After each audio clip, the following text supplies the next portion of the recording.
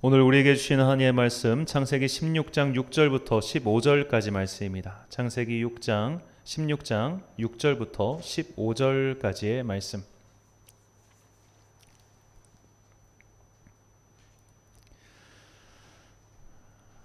하나님의 말씀 우리가 찬절씩 교독하시겠습니다.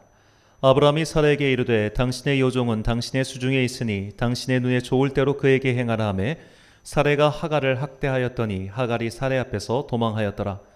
여호와의 사자가 광야의 샘물 곁 곧 술길 샘 곁에서 그를 만나 이르되 사레의 여종 하갈아 내가 어디서 왔으며 어디로 가느냐. 그가 이르되 나는 내 여주인 사레를 피하여 도망하나이다. 여호와의 사자가 그에게 이르되 내 여주인에게로 돌아가서 그 수하에 복종하라. 여호와의 사자가 또 그에게 이르되 내가 내 씨를 크게 번성하여 그 수가 많아 셀 수 없게 하리라. 여호와의 사자가 또 그에게 이르되 내가 임신하였은즉 아들을 낳으리니 그 이름을 이스마엘이라 하라. 이는 여호와께서 내 고통을 들으셨음이니라.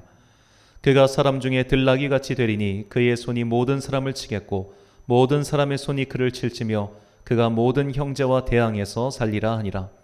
하갈이 자기에게 이르신 여호와의 이름을 나를 살피시는 하나님이라 하였으니 이는 내가 어떻게 여기서 나를 살피시는 하나님을 배웠는고 함이라. 이러므로 그 샘을 부엘라 헤로이라 불렀으며 그것은 가데스와 베렛 사이에 있더라. 하갈이 이스마엘의 아들을 낳음에 아브라함이 하갈이 낳은 그 아들을 이름하여 이스마엘이라 하였더라. 아멘. 고난을 견디는 힘이란 제목으로 하나님의 말씀 선포하겠습니다. 지난 1월에 현재 야당인 국민의힘당에서 이 대통령 후보와 당대표 사이에 큰 갈등이 빚어졌습니다. 그래서 당대표가 잠시 선거운동에서 이탈하는 사태가 벌어졌죠. 자, 언론은 연일 이 갈등의 원인을 분석하고 또 이 갈등이 어떻게 봉합될 것인가 그것에 주목했습니다.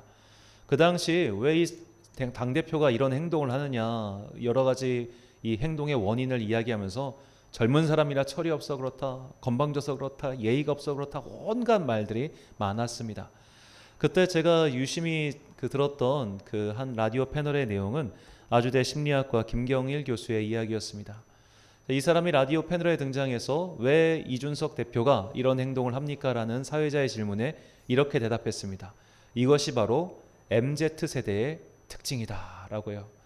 자, 오늘날 20대에서 30대 초반을 가리키는 이 MZ세대의 가장 큰 특징 중 하나는 내가 납득하지 않고 내가 이해가 안 되면 안 움직인다는 겁니다.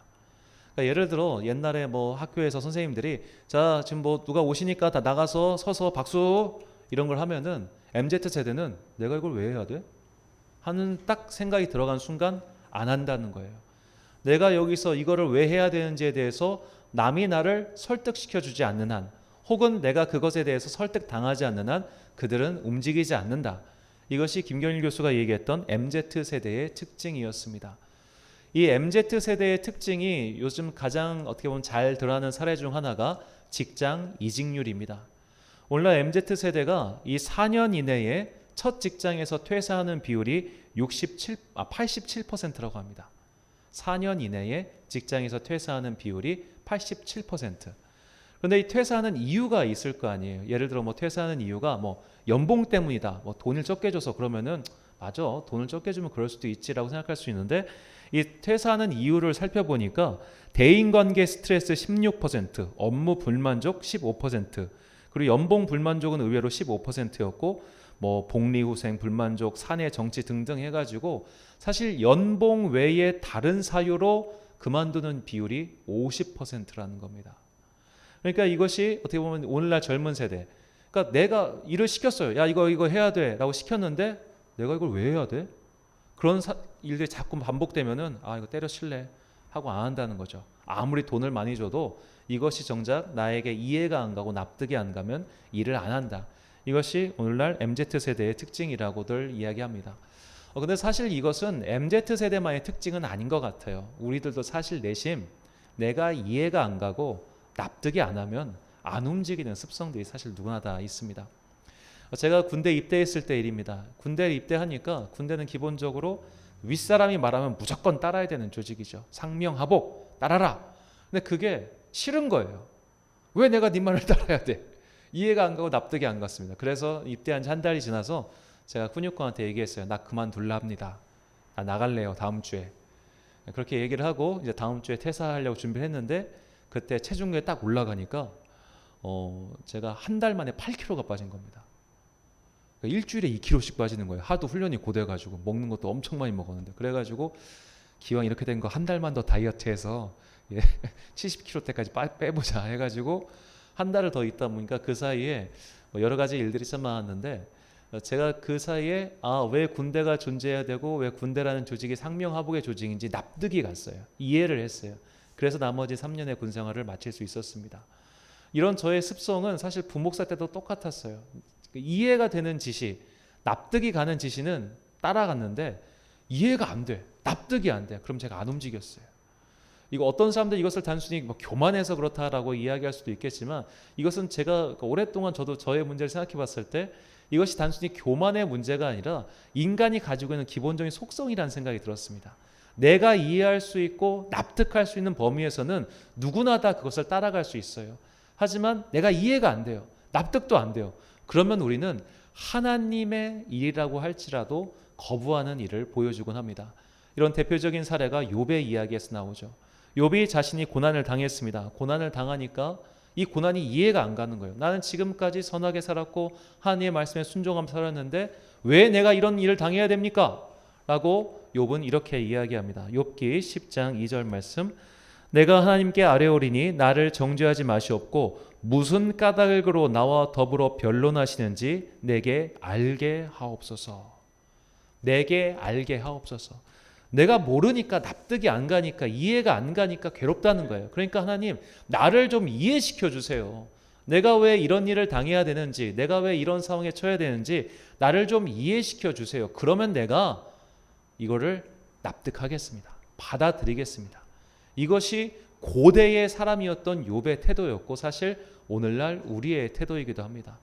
우리는 삶에 여러 가지 문제가 왔을 때 내가 이해할 수 있고 내가 받아들일 수 있는 결과라면 그래 내가 예전에 이렇게 행동했으니까 이런 결과가 왔겠지라고 이해하면은 마음에 어려움이 없어요.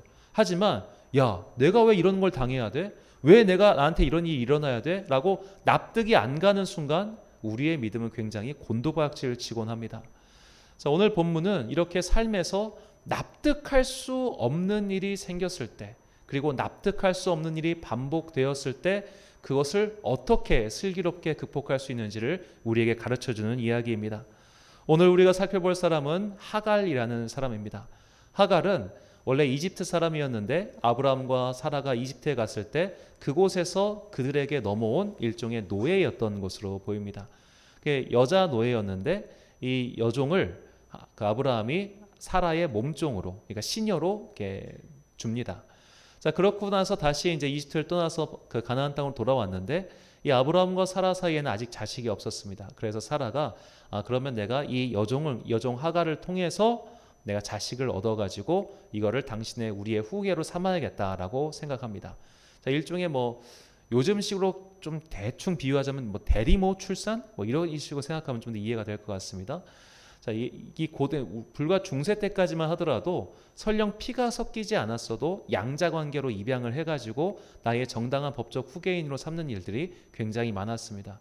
역사적으로 굉장히 유명한 사례 중 하나가 그 로마의 율리우스 카이사르와 이제 일대 황제였던 옥타비아누스의 관계라고 볼 수 있죠. 원래 이 율리우스 카이사르와 옥타비아누스는 그 사촌 관계였어요. 그러니까 카이사르의 누나의 손자가 옥타비아누스였습니다. 그런 누나의 손자, 그러니까 사촌이죠. 자, 그랬는데 얘가 어렸을 때 보니까 똑똑한 거예요. 그래가지고 카이사르에게는 자녀가 없었어요. 그래가지고 얘를 양자로 삼아서 얘 내 아들이다 해서 법적 후견인으로 삼았습니다. 자, 이런 식으로 사실 이런 일들이 굉장히 조선 시대에도까지 비일비재했어요. 예를 대표적으로 그 정조 같은 경우 그의 아버지가 사도세자잖아요. 근데 사도세자는 역적으로 처형을 당하다 보니까 이게 영조가 네 아비는 사도세자가 아니라 어떻게 보면 다른 대리 아부라고 해야 될까요? 그의 양자로 입양시킵니다. 그래서 이제 역적의 후손이 아니게끔 만들어 놓죠. 그래서 그가 정조가 된 거예요. 원래는 영조 다음에 정조 찰 직계 가족이니까 종자를 써야 되는데 이 조자를 쓰는 거는 이게 바뀌었다는 뜻이거든요. 그러니까 어떻게 보면 입양을 보냈기 때문에 그런 식으로 되는 겁니다. 이런 식으로 사실 생각하면은 이게 되게 이해할 수 있는 부분인데 이 하갈이라는 여자한테는 이런 개념이 없었던 것 같아요. 그래가지고 자기가 임신하니까 얘가 비록 내 뱃속에 있는 내가 임신한 아이지만 법적으로는 우리 집주인 댁의 자녀야, 내게 아니라 저 주인 댁 거야, 이렇게 생각해야 되는데 모두가 다 그렇게 생각하는데 이 여자만 독특하게 이거 내 거야 라고 생각한 것 같아요. 그래가지고 그때부터 여주인과 갈등이 빚어집니다. 본문 4절과 5절 말씀. 아브라함이 하갈과 동침하였더니 하갈이 임신하매 그가 자신의 임신함을 알고 그의 여주인을 멸시한지라. 하레가 아브라함에게 이르되 내가 받는 모욕은 당신이 받아야 옳도다.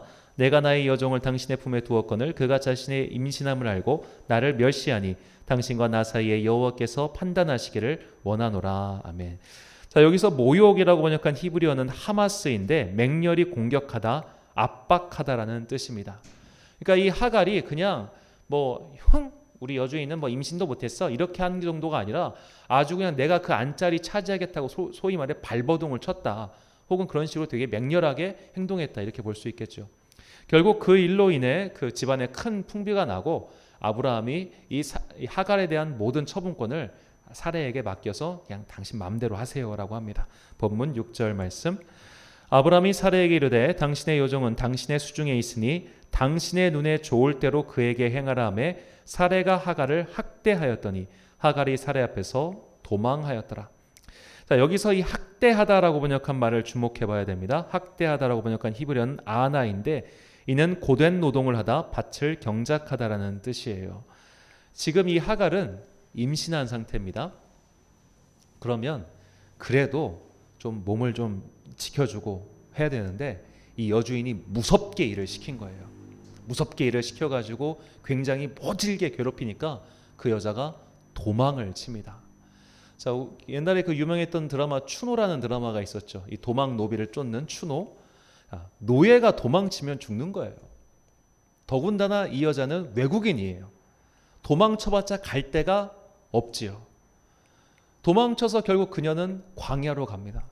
이 말인즉슨 여기서 죽으나 도망쳐서 죽으나 매한가지 죽는 거 똑같으니까 이런 괴로운 상태를 좀 벗어나야겠다라고 생각할 정도로 그녀가 아주 급박한 코너에 몰렸다는 거죠. 그녀는 이렇게 죽음을 각오하고 광야로 도망쳤습니다. 자, 그렇게 도망쳤는데 감사하게도 그녀는 그곳에서 하나님의 천사를 만나고 그 천사를 통해서 놀라운 축복의 말씀을 듣게 되죠. 본문 10절 말씀. 여호와의 사자가 또 그에게 이르되 내가 내 씨를 크게 번성하여 그 수가 많아 셀 수 없게 하리라. 아멘. 자, 여기서 굉장히 좀 우리가 주목해야 될 말이 내 씨를 크게 번성하다라는 표현입니다. 자, 이 구약 시대는 여인의 후손을 인정하지 않았습니다. 모든 자녀는 남성의 후손이에요. 비록 여인의 몸을 타고 나왔지만 전부 다 남자 거예요. 그런데 이스마엘, 그러니까 이 하갈의 후손은 너의 씨라고 이야기해 줍니다. 너의 씨가 번성할 것이다. 이 놀라운 것은 성경에서 여성에게 너의 씨가 번성할 것이다 라는 약속의 말씀을 들은 사람은 하갈밖에 없습니다. 하나님께서 그녀에게 이렇게 놀라운 축복을 약속하시죠. 자, 그럼 이렇게 놀라운 축복과 함께 이제 너는 앞으로 평안할 거야. 이 축복이 너에게 올 때까지 너는 아무런 걱정과 근심이 없을 거야. 이런 말씀도 같이 해주시면 좋을 텐데, 혹은 지금 나를 괴롭히고 있는 이 실질적인 문제를 해결해 주시면서 앞으로 너는 잘 될 거야, 이렇게 얘기해 주시면 좋을 텐데 그런 말을 안 하시고 이렇게 얘기하세요. 본문 9절 말씀. 여호와의 사자가 그에게 이르되 내 여주인에게로 돌아가서 그 수하에 복종하라. 여기서 복종하라라고 그 번역한 히브리어가 아까 우리가 봤던 학대하다와 똑같은 히브리어 아나예요. 이 말인즉슨 너는 내 여주인에게로 돌아가서 네가 지금까지 받았던 학대를 다시 받고 있으라는 말입니다. 그게 너무 힘들어서 도망쳤는데 너는 다시 거기 가서 그거를 견뎌. 왜? 너에게는 축복이 올 것이기 때문에 라는 거죠. 자, 우리가 감옥 생활이라든지 그런 인생의 어려운 시기를 버틸 수 있는 이유는 기한이 정해져 있기 때문입니다. 이게 기한이 정해져 있으면 사람이 그 날짜만 보면서 어떻게든 버틸 수 있어요. 근데 기한이 정해져 있지 않으면, 끝이 보이지 않으면 사람은 무너지기 마련입니다. 아무리 나에게 축복이 기다리고 있다 할지라도 고난이 납득되는 건 아니에요. 내가 이 어려움과 고난을 견디고 나면 분명히 나에게 하나님께서 복을 주실 거야 라는 확실한 신념이 있어도, 믿음이 있어도 이것이 기한이 정해져 있지 않고 한이 없으면 믿음이 흔들리는 것이 당연합니다. 그러므로 우리는 이해하지 못해서 흔들리고 납득하지 못해서 흔들리고 그 기한을 알지 못해서 흔들려요. 우리의 믿음이 항상 이런 어려움 앞에서 흔들리는 근본적인 이유입니다. 성경은 우리에게 계속해서 복을 약속합니다. 너희가 믿음을 지키면 복을 받을 거야. 너희가 믿음을 지키면 축복할 거야. 너희가 마지막까지 나와 함께하면 내가 놀라운 생명의 면류관을 줄 거야. 그런 약속이 엄청나게 많이 나오지만 왜 수많은 사람들이 믿음을 잃고 무너졌을까요? 그것은 기한이 정해져 있지 않고 고난이 납득되지 않기 때문입니다. 이해할 수 없는 일이 자꾸만 일어나다 보니까 마음이 흔들리고 어려워지는 거예요. 최근에 이 여당 대통령 후보가 이 도지사 시절 재직한 채용한 공무원 이야기로 소란스럽죠. 이 사람은 그가 납득할 수 없는 업무 지시를 받자 그런 것들을 계속해서 차곡차곡 모아뒀습니다. 그 사례들을. 그리고 결정적인 순간 이렇게 빵 터뜨렸죠. 그런데 이 채용된 이 7급인가? 예, 이분은 사택을 관리하기 위한 별정직 공무원이에요. 사택을 관리하기 위한, 그러니까 도지사의 사택을 관리하기 위한 공관이죠. 그러니까 공관 관리 업무원이었고 그 사람 이전까지 사람들은 내가 지금 하고 있는 어떻게 보면 반찬 심부름 이런 것들은 공관을 관리하기 위한 포괄적 업무 중 하나일 거야라고 생각을 했던 거죠. 그리고 더 중요한 건 권력자의 옆에서 이 일을 하면은 나에게 분명히 이 힘든 시기가 지난 이후에 좋은 게 오겠지라고 생각해서 버티지 않았을까요? 아마 대부분 비서실에 있는 사람들은 다 이런 생각할 겁니다. 제가 예전 교인 중에 삼성의 이건희 회장의 비서실 계셨던 분이 계세요. 거기 비서실이 이건희 회장 자택 옆에 있었대요. 그러니까 사택 비서가 있고 회사 비서가 있고 하여튼 계속 같이 다 있는 거예요. 집도 그러니까 집이 연결되어 있고 그 대단하죠. 그런데 얼마나 사실 힘들겠습니까? 그 대기업 회장을 그냥 진짜 24시간 따라다니는 거예요. 24시간. 그런데 그거를 서로 하려고 할까요? 아니면 나 힘드니까 안 할래 할까요? 서로 하려고 하겠죠. 서로 하려고. 이건희의 비서인데. 이건희의 비서. 대통령 비서실장 누구나 다 하려고 하죠. 그러니까 안 고생스럽겠습니까? 다 고생스럽지. 그런데 그런 측근에 있으면서도 그런 고난을 견뎌내는 거는 내가 나중에 나에게 올 어떤 떡고물 때문에 버티는 거잖아요. 그런데 이 사람은 이해가 안 가는 거예요. 이 업무가 이해가 안 가고 그 언젠가 올 떡고물 때문에 내가 이 이해 안 되는 일을 계속할 수는 없어. 언젠가 올 떡고물 때문에 내가 이렇게 왜 약심부름을 해야 되고 내가 왜 반찬심부름을 해야 돼? 이게 무슨 공관관리랑 무슨 상관이야? 이렇게 생각했으니까 차곡차곡 모아뒀을 거 아닙니까? 이게 우리도 똑같다는 거예요. 우리가 아무리 하나님께서 네가 이 시련을 잘 견뎌내고 믿음을 지키면 내가 너에게 복을 줄게라고 이야기를 해도 지금 당장 나에게 오는 일들이 납득이 안 가고 이해가 안 가면 못 견뎌요. 무너져요. 힘겨워요. 그렇다면 어떻게 해야 우리가 마지막까지 이 믿음을 잃지 않고 흔들리지 않고 버틸 수 있을까요? 이것은 우리가 이해할 수 있기 때문에 버틸 수 있는 것도 아니고 축복을 바라기 때문에 버틸 수 있는 것도 아닙니다. 그 버틸 수 있는 기준은 바로 하나님께서 우리의 기도를 들으신다는 그 경험에 있죠.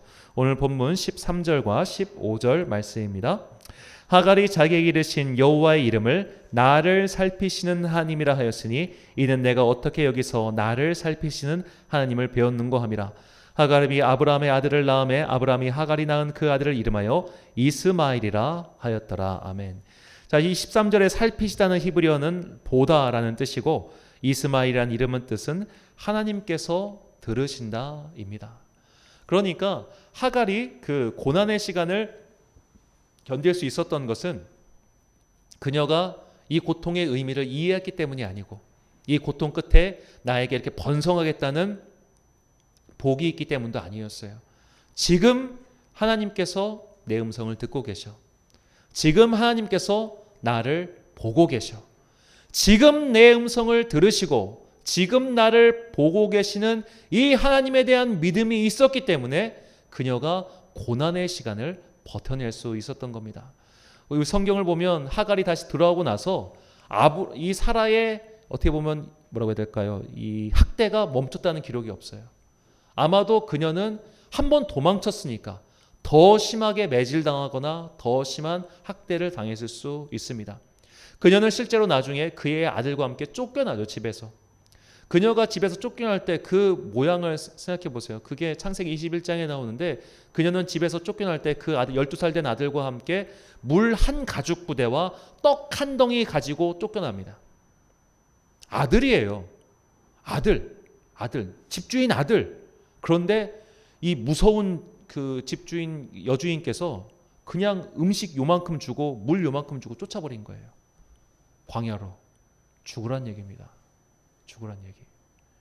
그렇게 어떻게 보면 빈털터리인 채로 아무것도 없는 채로 그녀는 쫓겨났어요.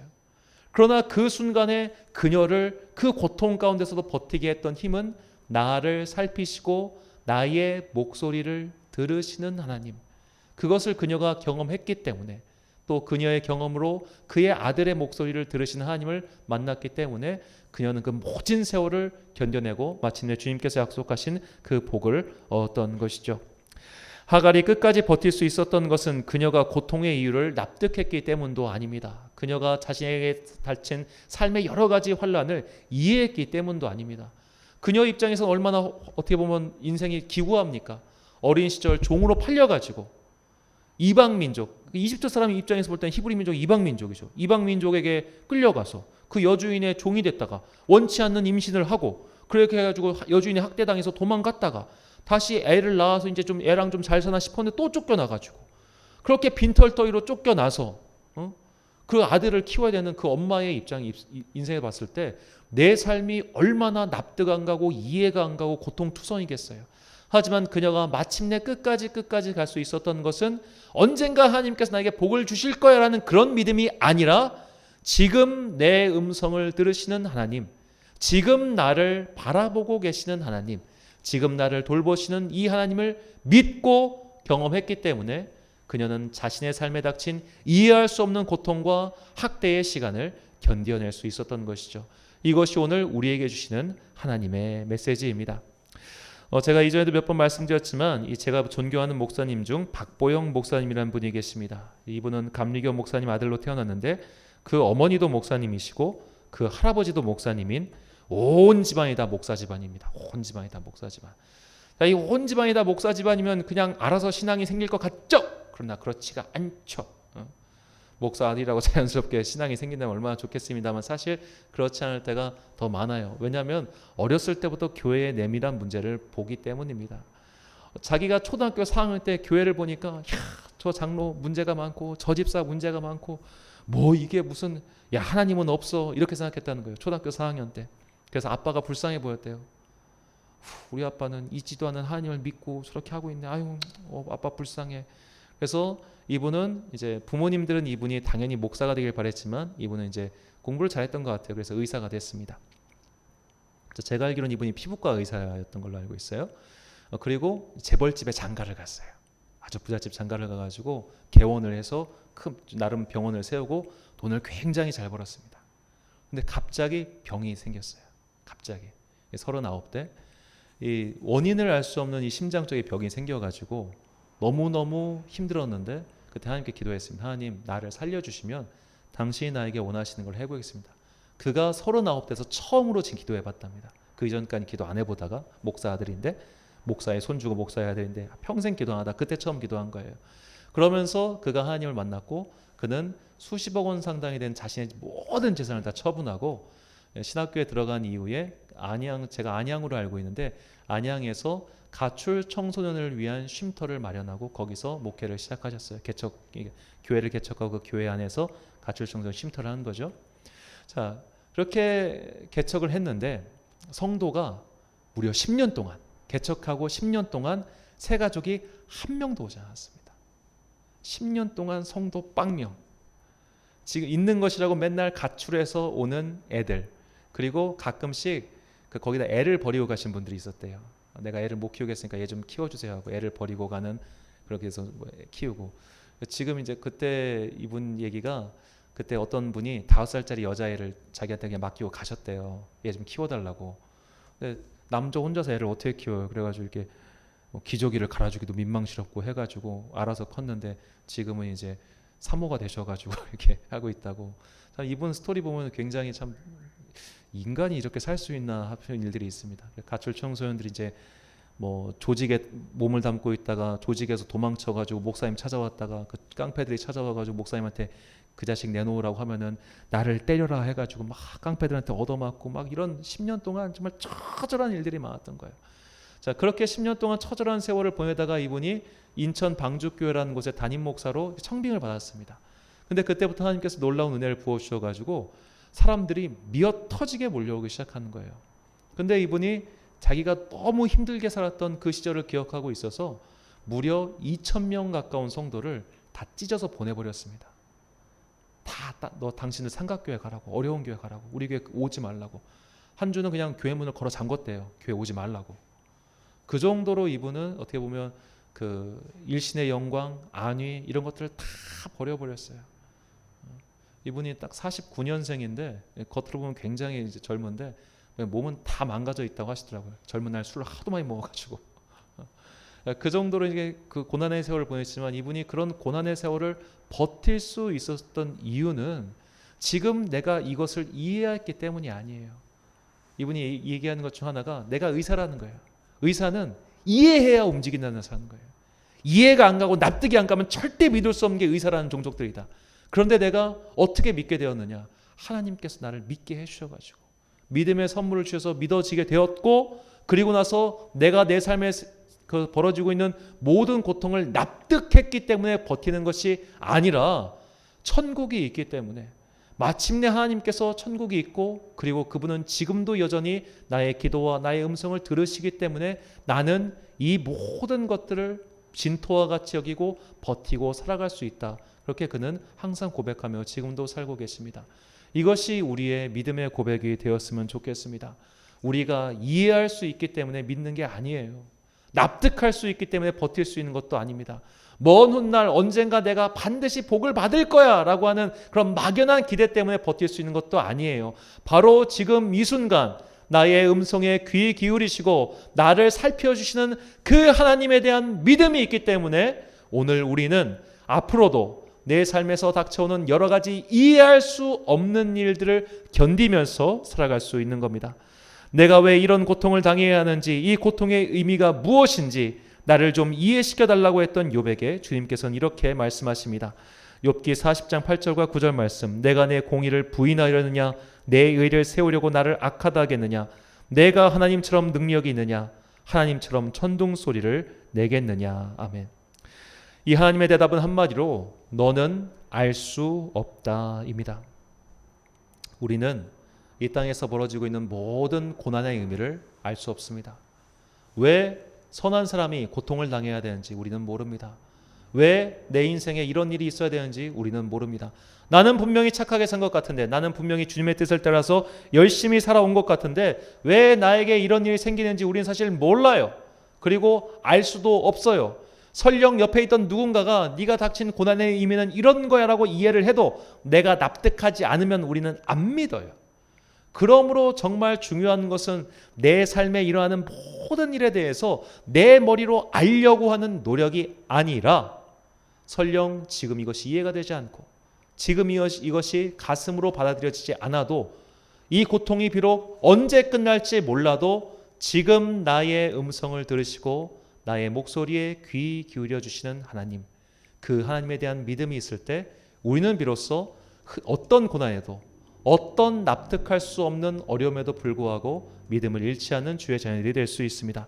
이 고백이 담긴 것이 고린도전서 2장 4절과 5절 말씀입니다. 우리가 참 목소리를 읽겠습니다. 시작. 내 말과 내 전도함이 설득력 있는 지혜의 말로 하지 아니하고 다만 성령의 나타나심과 능력으로 하여 너희의 믿음이 사람의 지혜에 있지 아니하고 다만 하나님의 능력에 있게 하려 하였노라. 아멘. 사랑하는 천안 광성교회 성도 여러분, 그리고 이 예배를 드리시는 귀한 주님의 자녀 여러분, 모든 인생에는 납득할 수 없는 여러 가지 일들이 일어나죠. 이해할 수 없는 일들이 일어나고 수용할 수 없는 고통이 분명히 있습니다. 이런 일들이 생길 때 우리가 정말 기도해야 될 것은 하나님 나를 이해시켜 주세요. 내가 알게 해주세요. 이런 것이 아니라 하나님 오늘도 나의 기도를 들으시고 오늘도 나를 살펴보시는 당신을 내가 믿게 하옵소서. 이 고백이 우리에게 있을 때 우리는 비로소 내 삶에 닥치는 여러 가지 이해할 수 없는 고통 중에도 믿음을 잃지 않고 마침내 승리할 수 있습니다. 이 말씀을 준비하면서 이 고백의 찬양이 떠올랐습니다. 이 주만 바라볼지라고 하는 찬양인데요. 이 찬양 부르신 후에 제가 기도하고 또한 축도로 예배를 마치도록 하겠습니다.